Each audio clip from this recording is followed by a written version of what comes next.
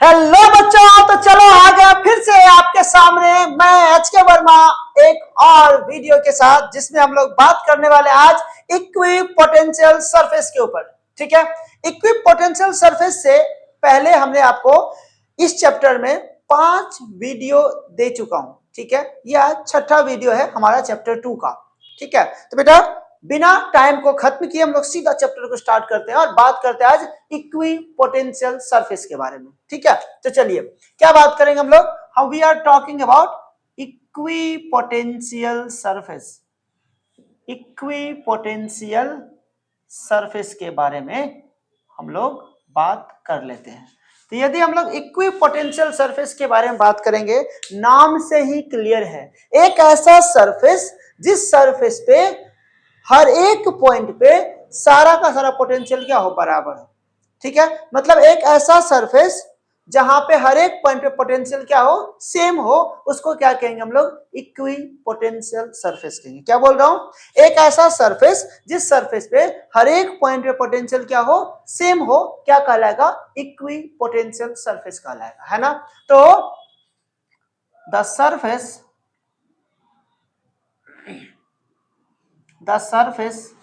on which potential at all the point are same called equipotential surface.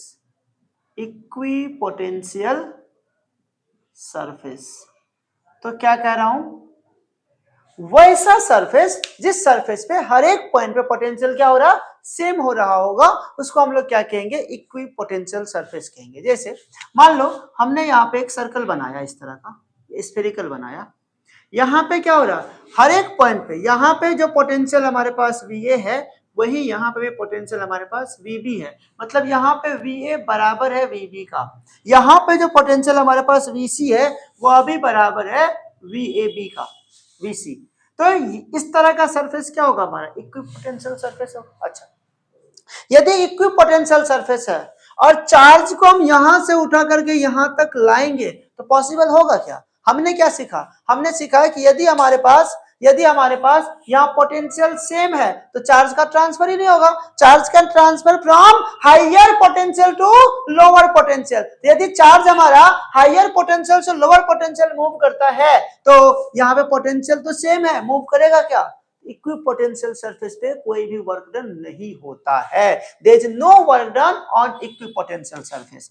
तो यहाँ पे क्या है, there is no work done on equipotential surface. तो इस तरह का बहुत सारा कुछ प्रॉपर्टीज है इक्विपोटेंशियल सरफेस का, जिसको हम लोग लिख लेते हैं। चलिए आइए बात करेंगे हम लोग प्रॉपर्टीज ऑफ इक्विपोटेंशियल सरफेस का। ठीक है, चलिए प्रॉपर्टीज के बारे में कुछ बात कर लेते हैं। छोटा सा 2-3 प्रॉपर्टीज है, उसके बारे में बात करते हैं, फिर न्यूमेरिकल्स करेंगे। आज थोड़ा सा न्यूमेरिकल्स अच्छा करेंगे। हम लोग स्फेरिकल वाले पे भी न्यूमेरिकल्स उतना सही नहीं किया था, तो आज हम लोग उस पे भी थोड़ा थोड़ा न्यूमेरिकल्स करेंगे। ठीक है, आज हम लोग न्यूमेरिकल्स करेंगे। थोड़ा सा छोटा सा ये टॉपिक था, इसको खत्म कर देने में फायदा था। ठीक है, तो आइए क्या बात करेंगे हम लोग, we are talking about properties. अरे वाह English, we are properties of equipotential surface. यदि हम लोग प्रॉपर्टीज के बारे में बात करेंगे इक्विपोटेंशियल सरफेस का, तो वो प्रॉपर्टीज क्या है हमारा, equipotential properties of equipotential surface. तो पहला बात करेंगे कि क्या प्रॉपर्टीज है किसका, इक्विपोटेंशियल सरफेस का।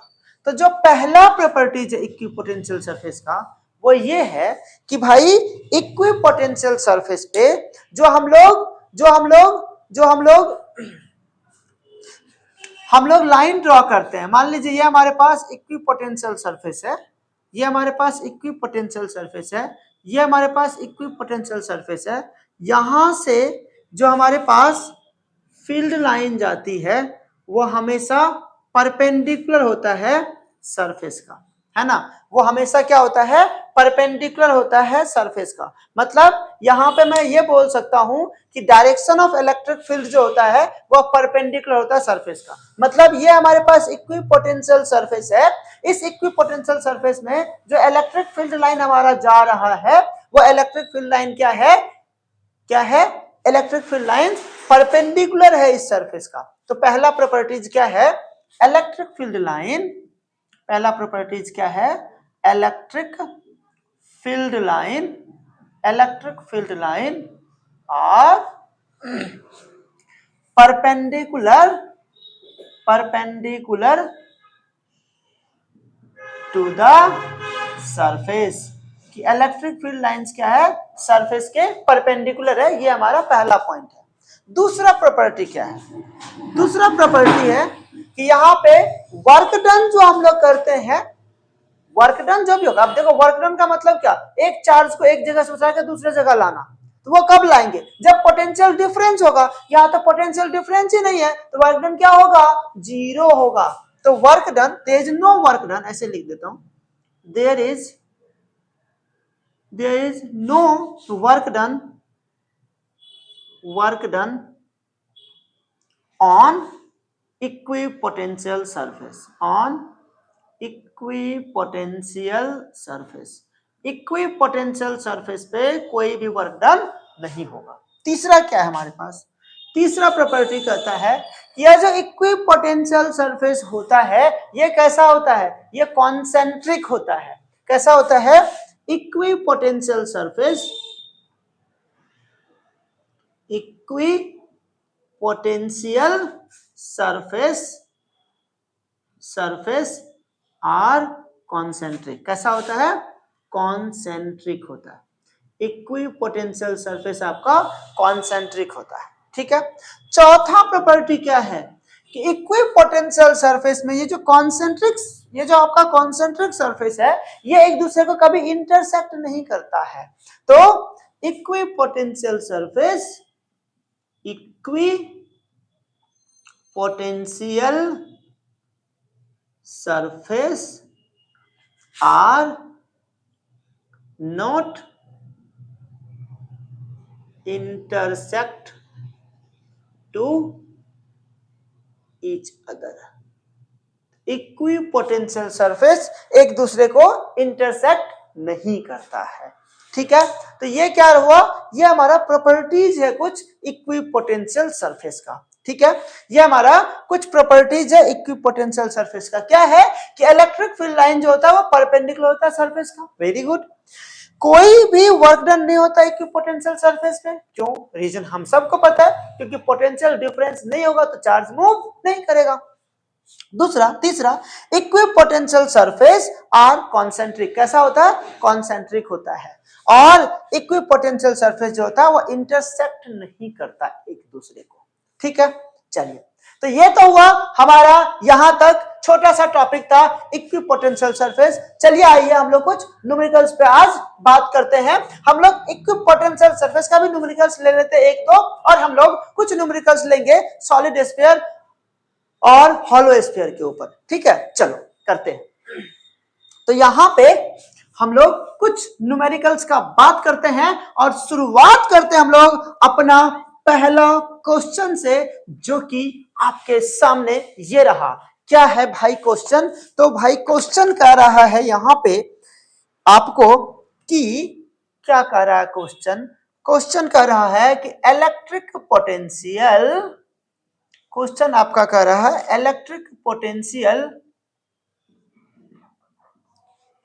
इन a region, electric potential in a region is, क्या दिया हुआ है, V is equal to 4 minus 3y, okay, 4 minus 3y। किस डायरेक्शन में, कह रहा है कि in this region possible equipotential surface are, possible equipotential surface are, क्या क्या है भाई, ऑप्शन नंबर 1 दिया हुआ आपके पास कि भैया ये एक्स वाई प्लेन होगा। ऑप्शन नंबर दूसरा दिया हुआ आपके पास कि क्या ये एक्स जेड प्लेन होगा, एक्स जेड प्लेन होगा। और तीसरा नंबर ऑप्शन आपके पास दिया हुआ है क्या ये वाई जेड प्लेन होगा। और चौथा नंबर ऑप्शन आपको दिया हुआ है कि ऊपर में से कुछ भी नहीं। ठीक है, तो बेटा एक बात बताओ यार, हमें v का वैल्यू दिया हुआ है, हमें v का वैल्यू दिया हुआ कितना 4 माइनस 3y। ठीक, क्या आपको इलेक्ट्रिक फील्ड और आपको इलेक्ट्रिक पोटेंशियल में रिलेशन पता है? आपको पता है ना बेटा, आपको पता है E इज इक्वल टू क्या होता है माइनस का dv बाय dx। तो यहाँ पे x के बदले क्या है y, तो क्या होगा dv बाय dy। तो कर दीजिए यार dv बाय dy। तो यदि आप यहाँ पे dv बाय dy करोगे मतलब j कैप में है, तो यहाँ पे वैल्यू क्या आ जाएगा, इसका तो कांस्टेंट जीरो आ जाएगा, माइनस माइनस प्लस कर दो इसको इंटीग्रेट। यार इसको इंटीग्रेट करेंगे तो माइनस का डी वी क्या हमारे पास 4 माइनस 3y और अपॉन में क्या हमारे पास dy जे कैप। तो ये वाला तो जीरो हो गया, माइनस माइनस प्लस कितना हो गया 3j कैप। तो आपका इलेक्ट्रिक फील्ड क्या हो गया, आपका इलेक्ट्रिक फील्ड हो गया आपका 3j कैप। इसका मतलब इलेक्ट्रिक फील्ड 3j कैप हो गया। यदि इलेक्ट्रिक फील्ड 3j कैप हो गया तो j यदि आपके पास है तो हमें क्या पता है इलेक्ट्रिक फील्ड परपेंडिकुलर होता है। हमें क्या पता है electric field is perpendicular to equipotential surface, यही तो पता है यार, electric field is perpendicular to equipotential surface. तो यदि यह इक्विपोटेंशियल सरफेस का परपेंडिकुलर है बेटा, तो यदि यह y एक्सिस में है इसका मतलब परपेंडिकुलर एक्सिस क्या होगा इसका x और z होगा, x और z होगा, x और z होगा। Yes, B number option is correct. ठीक है, B number option is correct. चलिए एक और सवाल करते हैं भाई, एक और सवाल करते हैं। क्लियर हुआ, आसान था। चलो, तो ऐसे ऐसे क्वेश्चन करते रहिए और फिजिक्स को अपना बनाते रहिए, नहीं तो फिजिक्स आपको बनाने पे आएगी तो भाई आपको रोने के अलावा और कोई ऑप्शन नहीं है आपके सामने। ठीक है, तो फिजिक्स को पढ़ने का सिंपल सा तरीका है क्या, फिजिक्स को पढ़ने का सिंपल सा तरीका यह है कि फिजिक्स को अपना बना लो। यदि फिजिक्स को अपना नहीं बना पाए तो जो आपकी अपनी वाली होगी ना वह भी छोड़ देगी भाई। ठीक है, यदि आपके पास पीसीएम या पीसीबी है तो ठीक है, बाकी बच्चों का तो मैं बात नहीं करूंगा। तो चलो आओ दूसरा बात करते हैं हम लोग दूसरे क्वेश्चन पे। दूसरे क्वेश्चन पे बात ये करते हैं कि आपको कह रहा है यहां पे कि concentric spherical shell around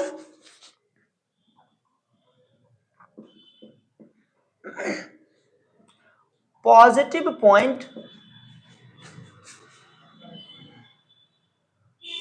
charge are equipotential surface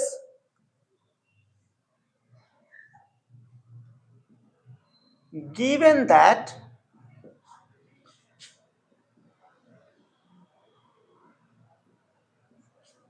potential difference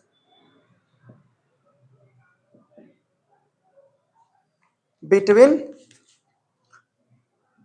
adjacent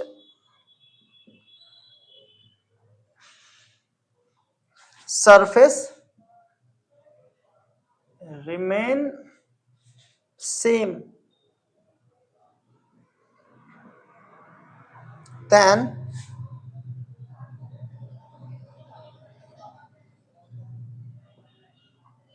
separation between adjacent surfaces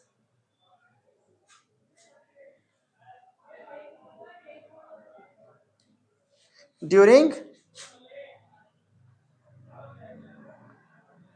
movement away from point charge. आपका ऑप्शन आपके सामने ये दिया हुआ है, आपको कह रहा है पहला नंबर ऑप्शन कि भैया रिमेन सेम होगा, दूसरा नंबर ऑप्शन आपके सामने ये बोल रहा है कि इंक्रीज करेगा, तीसरा नंबर ऑप्शन आपके सामने ये कह रहा है कि डिक्रीज करेगा, और चौथा नंबर ऑप्शन आपके सामने कह रहा है कि नन। चौथा नंबर आपके सामने कह रहा है नन। ठीक है, चलिए एक बार पॉज करके खुद ट्राई कीजिए, उसके बाद इसको अप्लाई कीजिएगा। ठीक है, क्लियर? अभी मैं कर देता हूं सवाल को, आप लोग पॉज करके पहले ट्राई कीजिएगा, फिर सॉल्यूशन को देख लीजिएगा तो फायदा आपको करेगा। देखो क्वेश्चन क्या कर रहा है, क्वेश्चन कर रहा है भाई ये कॉन्सेंट्रिक स्फेरिकल सरफेस है, बना लेते हैं कॉन्सेंट्रिक स्फेरिकल सरफेस।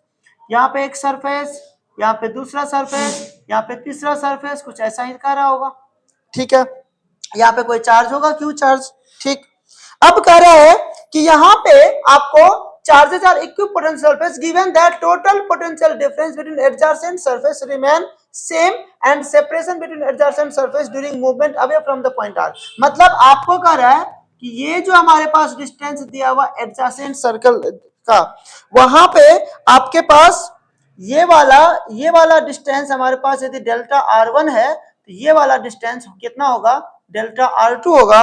और आपको कह रहा है कि ये वाला पोटेंशियल डेल्टा V1 है, ये वाला पोटेंशियल क्या होगा, डेल्टा V2 होगा। और आपको कह रहा है पोटेंशियल क्या है हमारे पास, पोटेंशियल डिफरेंस रिमेन सेम। इसका मतलब आपके पास डेल्टा V1 इक्वल है किसके भाई, डेल्टा V2 के। यही तो क्वेश्चन कर रहा है कि डेल्टा V1 किसके बराबर है, डेल्टा V2 के बराबर है। तो भाई इलेक्ट्रिक फील्ड क्या होता है, हमारा इलेक्ट्रिक फील्ड होता है delta V by delta R। इसका मतलब क्या होगा, इसका मतलब डेल्टा R जो होगा वह डेल्टा V अपॉन में E होगा। इसका मतलब आपके पास यहाँ पे इलेक्ट्रिक फील्ड यदि हमारे पास चेंज हो रहा है, इसका मतलब डेल्टा R1 जो होगा कम होगा किससे, डेल्टा R2 से, डेल्टा R2 से। इसका मतलब यदि ये बढ़ रहा है तो क्या करेगा, इंक्रीज करेगा। सिंपल सा सवाल था हमारा। चलिए नेक्स्ट सवाल हम लोग लेते हैं, लेकिन आई थिंक नेक्स्ट सवाल लेने से पहले थोड़ा सा हम लोग और बात कर ले और अच्छे सवाल को उठाऊं। यदि मैं, चलो ये सवाल उठाते हैं, सवाल थोड़ा सा अच्छा लग रहा है मुझे, देखने से अच्छा लग रहा है तो अच्छा लग रहा है। ठीक है, चलो आओ कुछ और सवाल करते हैं, कुछ और सवाल को कर लेते हैं। चलिए क्या कह रहा है हमारे पास, एक सवाल यहां पे आपको कह रहा है, क्वेश्चन क्या कह रहा है हमारा पास, two conducting sphere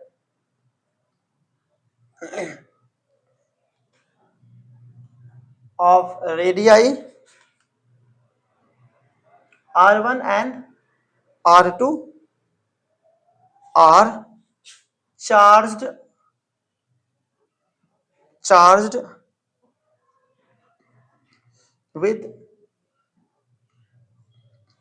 equal potential, find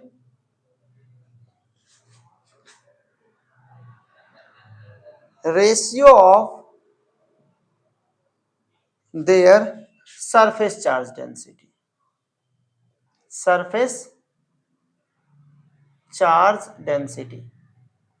ठीक है, जो सवाल कर रहा है उसके साथ आप फ्लो कर जाइए। कह रहा है कि दो कंडक्टिंग स्फीयर जिसका रेडियस R1 और R2 है। ठीक है भाई, एक कंडक्टिंग स्फीयर ये है, ठीक, इसका रेडियस कितना दिया हुआ, R1 दिया हुआ।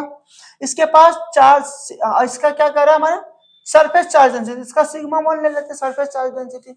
दूसरा क्या कर रहा है हमारे पास, दूसरे का भाई रेडियस कितना है हमारा R2 है, इस पे सरफेस चार्ज डेंसिटी कितना, सिग्मा 2। यही तो क्वेश्चन यहां तक कह रहा है आपको, क्वेश्चन तो यही कह रहा है ना। अब चलिए अब एक बार ट्राई कर लीजिए, काम हो जाएगा। क्या करेंगे ट्राई, तो यहाँ पे आपको क्लियर क्वेश्चन के अंदर कह रहा है कि क्या चार्ज विद इक्वल पोटेंशियल। तो अरे भाई यदि इस दोनों का पोटेंशियल हमारा सेम है तो आप देखो अकॉर्डिंग टू क्वेश्चन आपको सब कुछ तो दे ही रखा है भाई। क्या कर रहा है, V1 इक्वल टू V2 है हमारा। यदि V1 इक्वल टू V है तो बेटा सिग्मा का रिलेशन V के साथ, यही ना। तो क्या होता है हमारे पास, ये होता है सिग्मा 1 R1 अपॉन में क्या, सिग्मा 1 R1 अपॉन में एप्सिलॉन नॉट। तो यहां भी क्या होगा, sigma 1 sorry sigma 2 R2 upon में एप्सिलॉन नॉट। तो यहां से एप्सिलॉन नॉट से एप्सिलॉन नॉट तो कट्टी कट्टी हो गया, ये तो कट्टी कट्टी हो गया। क्या होगा, sigma 1 R1 is equal to sigma 2 R2 हो जाएगा हमारा। तो इसका मतलब रेशियो पूछा है हमारे पास, तो क्या ले लो, sigma 1 upon sigma 2 is equal to R2 upon R1। Simple सा सवाल था। ठीक है, तो चलो आज यहीं पे रखते हैं। टिल देन अभी तक आपका ये छठा लेक्चर होगा, कुछ और लेक्चर बचा है इसमें, फिर हम लोग बेहतरीन सा क्लास करेंगे किसका, कैपेसिटर के ऊपर, और बहुत ही अच्छा अच्छा सवाल लेकर के आएंगे। ठीक है, तो होप आप लोगों को अच्छा लग रहा होगा। तो प्लीज इसको लाइक कीजिए, सब्सक्राइब कीजिए और अपने फ्रेंड तक पहुंचाइए। ठीक है, टिल देन बाय बाय।